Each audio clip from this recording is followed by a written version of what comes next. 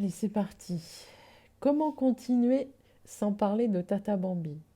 Elle représente ma marraine, bonne fée, me permettant de découvrir la vie en couleur, la ressentir dans mon corps.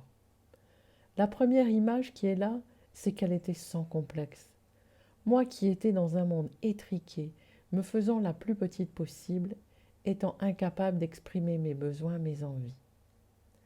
Tata Bambi, qui n'était pas ma tante, elle était juste la cousine de papa. Elle était plus âgée que lui. Je me souviens que c'est peut-être la seule personne qui pouvait tenir tête à mon père Jacques. Une femme de tête qui n'avait peur de rien.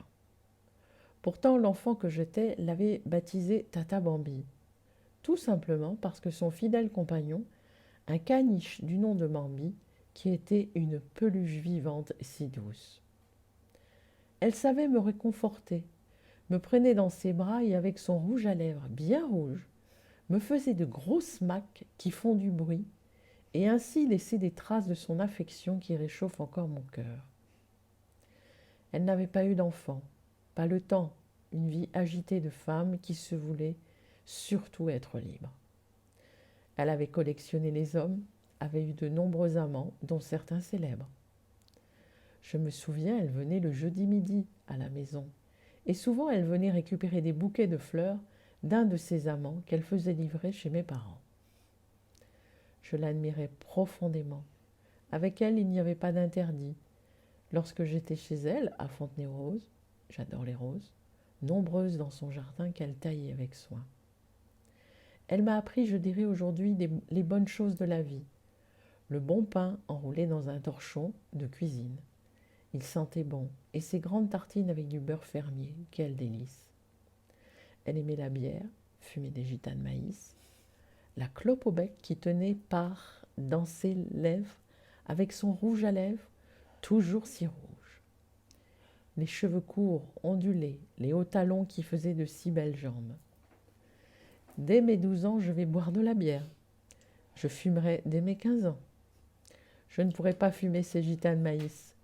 Jouer au rami toute la nuit, sortir avec elle en soirée chez ses amis, toujours élégante. Elle m'apprendra à me faire belle. La sexualité n'était pas tabou, et c'est à elle que je pourrais me confier sur mes amours. Je pense que l'amour l'avait beaucoup déçue, et malgré toute mon affection pour elle, un jour je l'ai quittée, je l'ai blessée, je venais moins la voir, découvrant ma vie par mes propres moyens. Bon, attends, je vais remettre mes lunettes, hein, ça fait déjà plus sérieux, Olga. Voilà. Hein. Bon, merci Olga de ton invitation pour ces quelques jours qui permettent de poursuivre l'aventure. Sacrée aventure d'une vie à écrire, à partager, et ça c'est formidable. Et puis ici, on a le temps. Parce que chez nous, on n'a pas le temps. Vous savez, il y a toujours une lessive à sortir. Il y a le chien qui vient, le chat qui vient nous mettre, le coup de téléphone, vraiment, le rendez-vous qu'on a oublié. Oh là là. Le gâteau à sortir du four. Voilà, tout. Ici, il n'y a rien à faire si ce n'est que écrire et être en présence avec soi.